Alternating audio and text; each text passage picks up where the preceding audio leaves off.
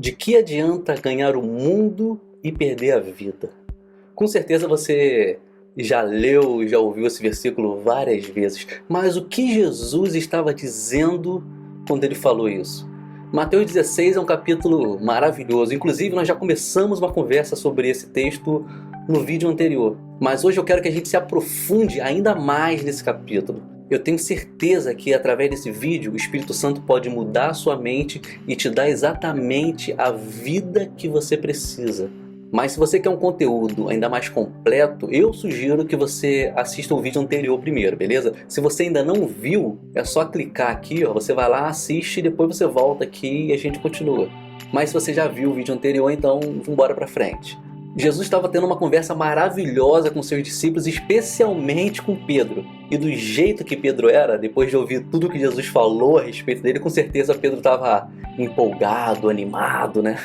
E no versículo 21, Jesus começou a falar claramente com seus discípulos a respeito da sua morte. Jesus explicou que era necessário que ele fosse até Jerusalém e que lá ele sofresse nas mãos dos principais sacerdotes e dos mestres da lei. O interessante é que Jesus nunca sofreu na mão dos pecadores, né? Jesus sofreu exatamente nas mãos dos sacerdotes e dos mestres da lei.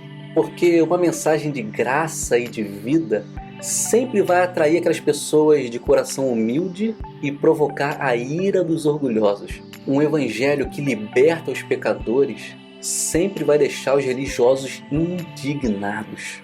Porque aqueles que insistem em escravizar e em manipular o povo sempre vão se opor a uma mensagem que tire o peso das costas dos homens e das mulheres e que lhes garanta o acesso direto ao Pai através unicamente de Jesus.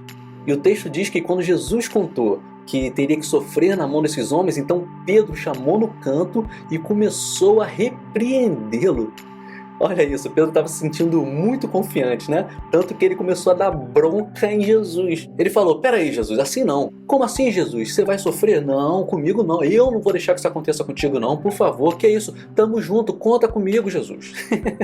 E ao ouvir isso, Jesus falou para Pedro, afasta-te de mim, Satanás. Você é uma pedra de tropeço para mim. Você considera as coisas do ponto de vista humano e não da perspectiva de Deus. Caramba! Pedro, que tinha acabado de ser chamado por Jesus de Simão Bar-Jonas, ou seja, aquele que ouve o Espírito Santo, agora foi chamado de Satanás. Ele que ainda agora era uma pedra, fragmento da rocha sobre a qual a igreja seria edificada, agora era uma pedra de tropeço.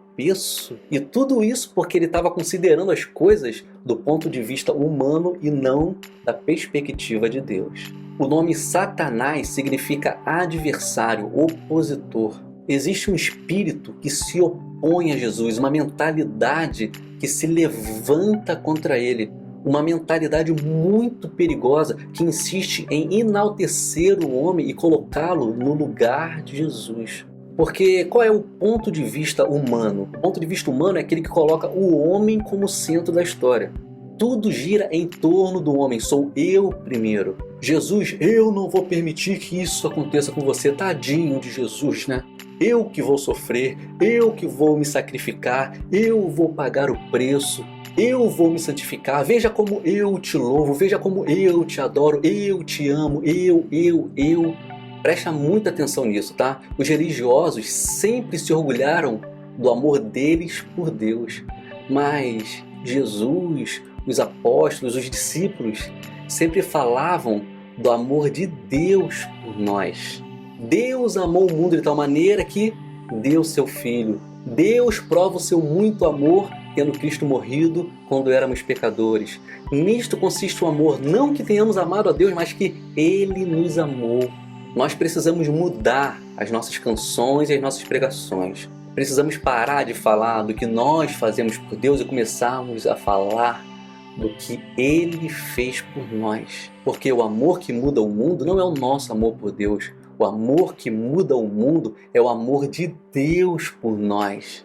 Porque esse é o verdadeiro amor que destruiu o pecado e lançou o medo fora. Aí alguém pode dizer, nossa, tá se achando, né? Igual o João, o discípulo a quem Jesus amava. Caramba, quanta arrogância. Não, mas isso não é arrogância, não. Muito pelo contrário. Satanás inverteu as coisas de tal maneira que a perspectiva de Deus foi trocada pelo ponto de vista humano. Porque veja bem, se eu faço, se eu pago o preço, se eu me esforço, se eu resolvo, a honra é de quem? E essa sim é uma mentalidade totalmente vaidosa e arrogante. Mas a perspectiva de Deus é Jesus no centro. Tudo gira em torno dele, porque dele, por ele e para ele são todas as coisas. Ele é digno, porque foi Jesus quem fez tudo. Olha só que interessante. Na nossa gramática, na língua portuguesa, os pronomes de primeira pessoa são eu, tu, ele. Primeiro vem eu. Mas na gramática hebraica, primeiro vem ele. Em segundo, tu. E só em terceiro, eu. Porque no vocabulário dos hebreus, o povo escolhido de Deus, o primeiro é sempre ele. Depois vem o próximo. E só então, depois de todo mundo, eu. Jesus é o primeiro, Jesus é o centro de tudo. É por isso que Jesus segue dizendo, se alguém quer andar comigo, então negue-se a si mesmo. Ou seja, abra mão desse orgulho, dessa vaidade, saia do centro, porque esse lugar não é seu. E ele diz ainda, cada um que tome a sua cruz. Preste atenção, Jesus estava contando aos seus discípulos exatamente o que ele haveria de sofrer. Tinha uma cruz pronta para Jesus, esperando por ele. E nessa cruz de Jesus estava tudo aquilo que nos aprisionava. Na cruz de Jesus estavam nossos pecados, nossas transgressões, nossas dores, nossa vergonha. Então me diz uma coisa, se todo o peso estava na cruz de Jesus, o que sobrou para que você carregue? Se todas as suas enfermidades estavam realmente na cruz de Jesus, qual sacrifício você precisa fazer para que seja curado? Se os seus pecados estavam sobre ele, então por que você precisaria se santificar se na verdade ele já pagou o preço e derramou o sangue que te lava, te purifica e te santifica? O sangue do santo e justo te fez santo e justo. Não é por causa do seu esforço, mas é por causa do sacrifício dele. Não tente tomar o lugar de Jesus e carregar uma cruz que é dele. Até porque você jamais conseguiria pagar esse preço. Toda vez que um homem tenta pagar o preço por seu pecado, na verdade o que ele está fazendo é rejeitar o preço que Jesus já pagou na cruz. E assim ele continua sujo. A cruz é um castigo pelo pecado.